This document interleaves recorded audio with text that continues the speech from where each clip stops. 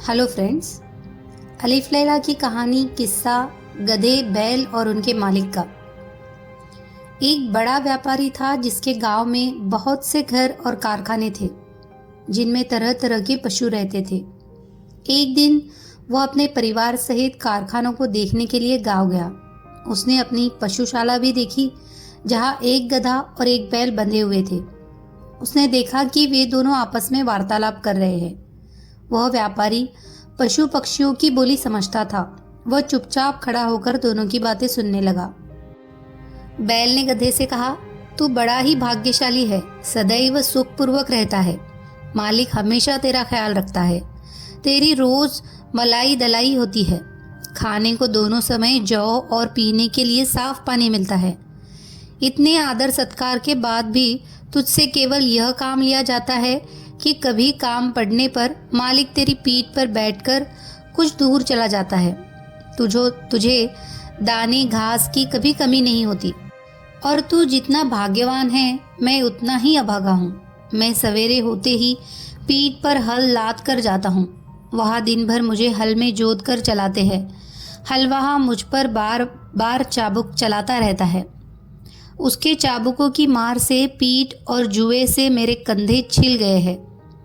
सुबह से शाम तक ऐसा कठिन काम लेने के बाद भी ये लोग मेरे आगे सूखा और सड़ा भूसा डालते हैं जो मुझसे खाया नहीं जाता। रात भर मैं भूखा प्यासा अपने गोबर और मूत्र में पड़ा रहता हूँ और तेरी सुख सुविधा पर ईर्ष्या किया करता हूँ। गधे ने यह सुनकर कहा, ए भाई, जो कुछ तू कहता है सब सच है। सचमुच तुझे बड़ा कष्ट है, किंतु जान पड़ता है तू इसी में प्रसन्न है। तू स्वयं ही सुख से रहना नहीं चाहता। तू यदि मेहनत करते करते मर जाए तो भी ये लोग तेरी दशा पर तरस नहीं खाएंगे। अतएव तू एक काम कर, फिर वे तुझसे इतनी मेहनत नहीं लिया करेंगे और तू सुख से रहेगा।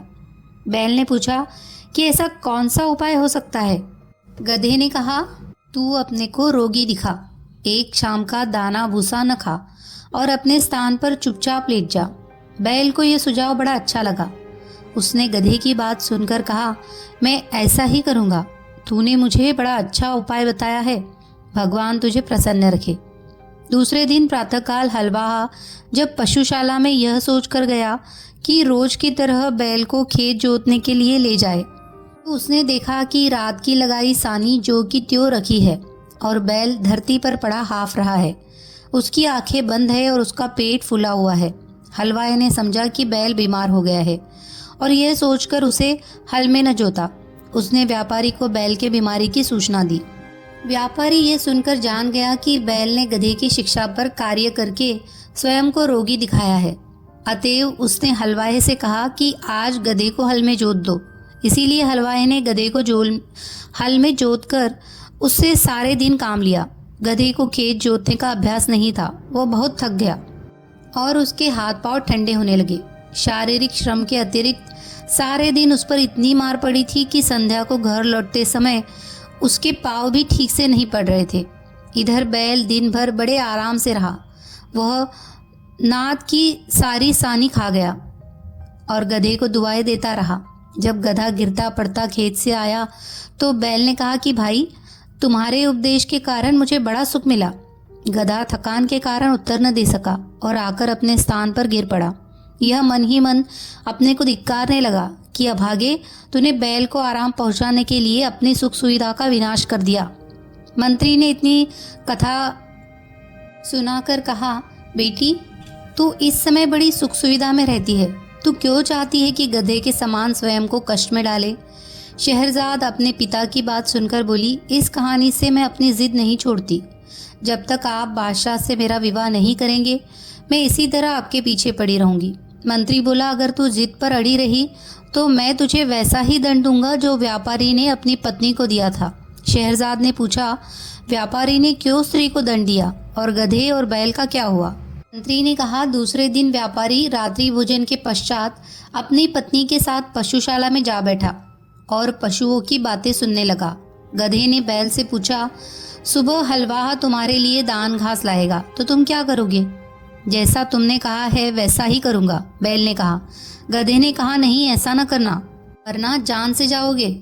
शाम को लौटते समय मैंने सुना कि हमारा स्वामी अपने रसोइयों से कह रहा था कि कल कसाई और चमार को बुला लाना और बैल जो बीमार हो गया है का मांस और खाल बेच डालना। मैंने जो सुना था वह मित्रता के नाते तुझे बता दिया। अब तेरी इसी में भलाई है कि सुबह जब तेरे आगे चारा डाला जाए तो तू उसे जल्दी से उठकर खा ले और स्वस्थ बन जा। फिर हमारा स्वामी तुझे स्वस्थ देखकर तुझे मारने का इरादा छोड़ देगा। ये बात सुनकर बैल भयभीत होकर बोला, भाई ईश्वर तुझे सदा सुखी रखे, तेरे कारण मेरे प्राण बच गए। मैं वही करूँगा जैसा तूने कहा है। व्यापारी ये बात सुनकर ठहाका लगाकर हंस पड़ा।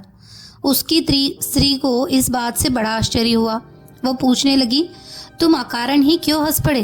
व्यापारी ने कहा कि ये बात बताने की नहीं है, मैं सिर्फ ये कह सकता हूँ कि बैल और गधे की बातें सुनकर हंसा हूँ।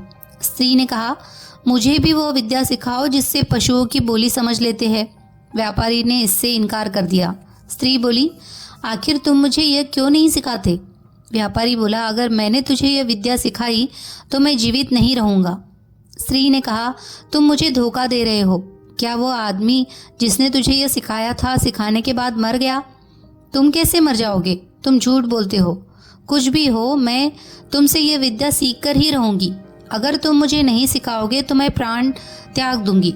ये कहकर वह स्त्री घर में आ गई और अपनी कोठरी का दरवाज़ा बंद करके रात भर चिल्लाती और गाली गलौज करती रही।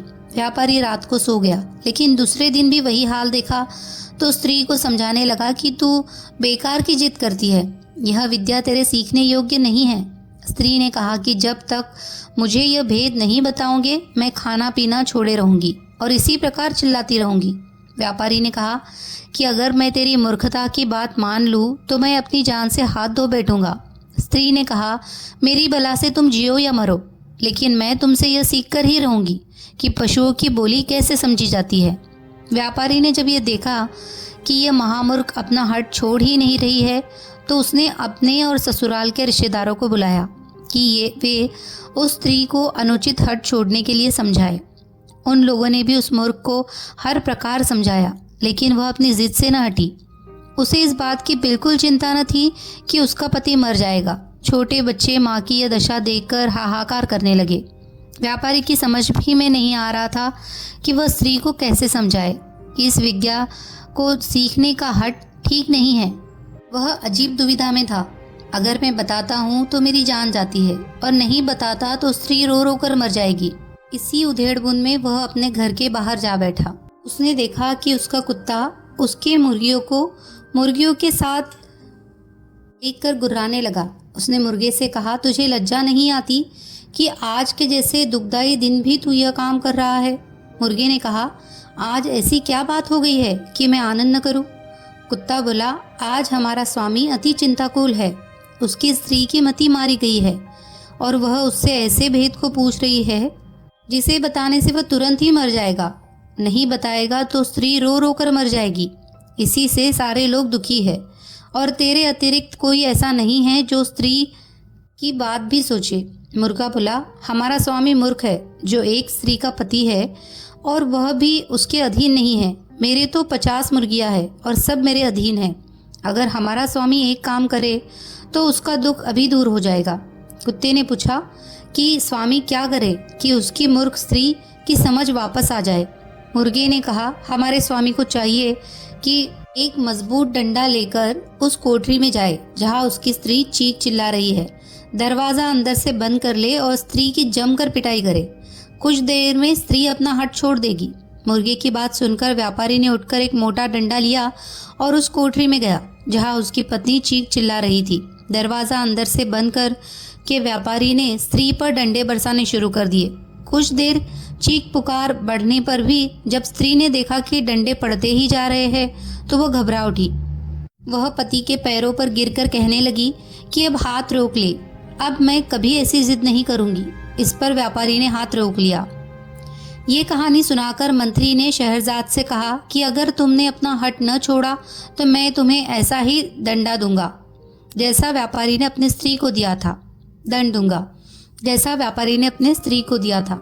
शहरजाद ने कहा, आपकी बातें अपनी जगह ठीक है, किंतु मैं किसी भी प्रकार अपना मंतव्य बदलना नहीं चाहती।